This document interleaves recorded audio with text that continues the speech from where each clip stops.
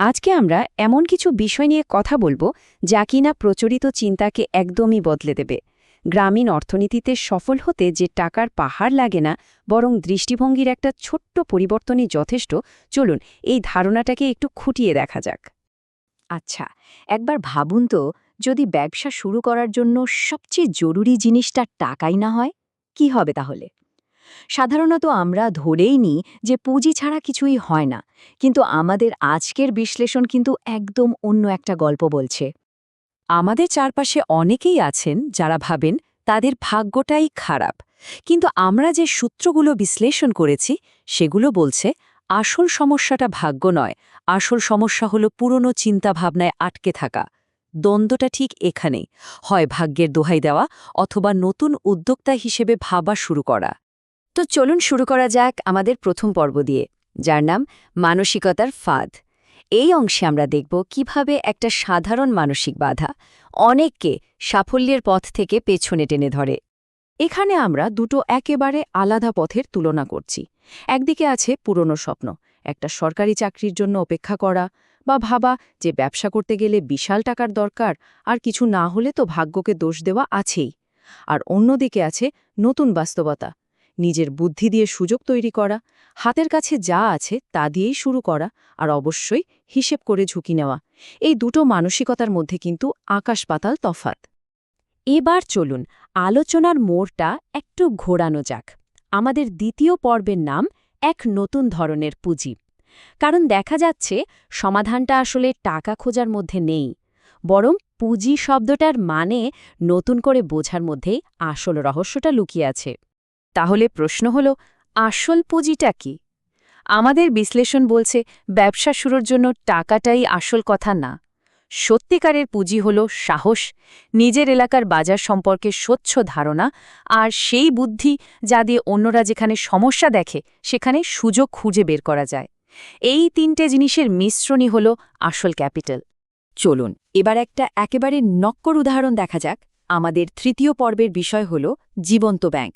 এটা এমন একটা বিজনেস মডেল যা আপনাকে দেখাবে কিভাবে একটা বাস্তব সম্পদ তৈরি করা যায় যা নিজে নিজেই বাড়তে থাকে। আচ্ছা, এই যে ছাগল পালনের ব্যাপারটা, এটাকে কিন্তু এমনি এমনি গরিবের ব্যাংক বলা হয় না।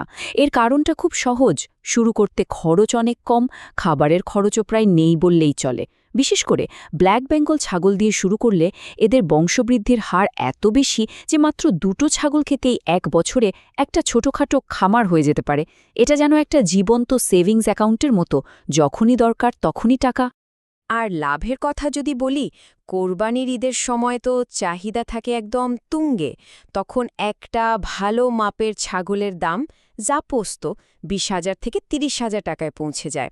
ভাবুন তো, কি বিশাল একটা লাভের সুযোগ। আচ্ছা, এবার আসি আমাদের দ্বিতীয় আইডিয়াতে। এই পর্বের নাম বাজারের ছন্দ।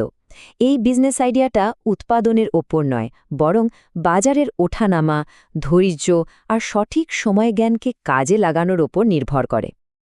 এই কৌশলটাকে বলা হয় সিজনাল স্টক ব্যবসা।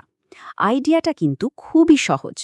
ফসল ওঠার সময় বাজারে যোগান অনেক বেশি থাকে, তাই দাম একদম কমে যায়। সেই সুযোগে কম দামে আলু, পেঁয়াজ বা ধানের মতো জিনিস কিনে সাবধানে গুদামজাত করা হয়। তারপর মাস 3 পর যখন বাজারে ওই জিনিসের অভাব দেখা দেয় আর দাম চড়তে শুরু করে, তখন বিক্রি করে দেওয়া। এর জন্য কোনো ডিগ্রির দরকার নেই, শুধু দরকার বাজারে নারী নক্ষত্র বোঝা। এই চার্টটা দেখুন, ব্যাপারটা একদম পরিষ্কার হয়ে যাবে। ফসল তোলার মরশুমে যে আলুর কেজি 10 থেকে 12 টাকা, সেই আলুই কয়েক মাস পর বিক্রি হচ্ছে 40 থেকে 50 টাকায়, মানে প্রায় 4 গুণ লাভ। এই বিশাল পার্থক্যটাই হলো এই ব্যবসার মূল চালিকা শক্তি। এবার আমাদের তৃতীয় আর শেষ বিজনেস মডেলটা দেখা যাক। এই পর্বের নাম কমিউনিটিকে শক্তিশালী করা। এখানে আমরা দেখব কিভাবে প্রযুক্তির সাহায্য নিয়ে একটা সামাজিক সমস্যার সমাধান করে নিজের এলাকাতেই একটা অর্থনৈতিক কেন্দ্র তৈরি করা যায়। গ্রামের দিকে লোডশেডিং তো একটা খুবই সাধারণ সমস্যা, তাই না? আর এই সমস্যাটাই কিন্তু একটা দারুণ ব্যবসার সুযোগ তৈরি করে দেয়। কয়েকটা সোলার প্যানেল আর ব্যাটারি লাগিয়ে একটা ছোট চার্জিং স্টেশন বানালেই হলো। মোবাইল চার্জ দেওয়ার জন্য প্রতিবার মাত্র 5 বা 10 টাকা নিলেও দিনে ভালো আয় করা সম্ভব, কারণ এর চাহিদা তো সারা বছরই থাকে। কিন্তু এখানেই শেষ না, এই ছোট্ট চার্জিং স্টেশনটাই কিন্তু একটা কমিউনিটি হাবে পরিণত হতে পারে। এখান থেকে মোবাইল ব্যাংকিংয়ে লেনদেন করা, ছোটখাটো লাইট বা ফ্যান চালানোর জন্য বিদ্যুৎ দেওয়া, এমনকি পানির পাম্প চালানোর মতো কাজও করা যেতে পারে।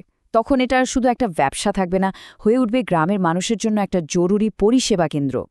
তো আমরা ৩টা দারুণ আইডিয়া দেখলাম, কিন্তু সবকিছুর শেষে মূল কথাটা কি?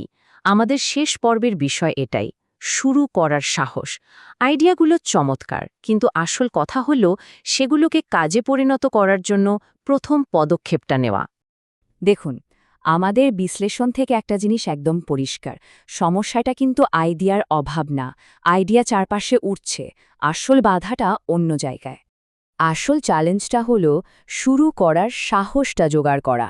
অনেকেই ভাবেন কাল থেকে শুরু করব, কিন্তু সেই কাল আর আসেই না। তাই উদ্যোগ নেওয়াই সাফল্যের দিকে প্রথম এবং সবচেয়ে গুরুত্বপূর্ণ ধাপ। তাহলে একটু ভাবুন তো, আপনার একেবারে আশেপাশেই চোখের সামনে এমন কোনো সুযোগ লুকিয়ে আছে? এই আলোচনা যদি আপনার চিন্তায় একটুও নাড়া দিয়ে থাকে, তাহলে চারদিকে তাকালেই হয়তো দেখতে পাবেন সবচেয়ে বড় সুযোগটা আপনার কল্পনার চেয়েও অনেক কাছে অপেক্ষা করছে।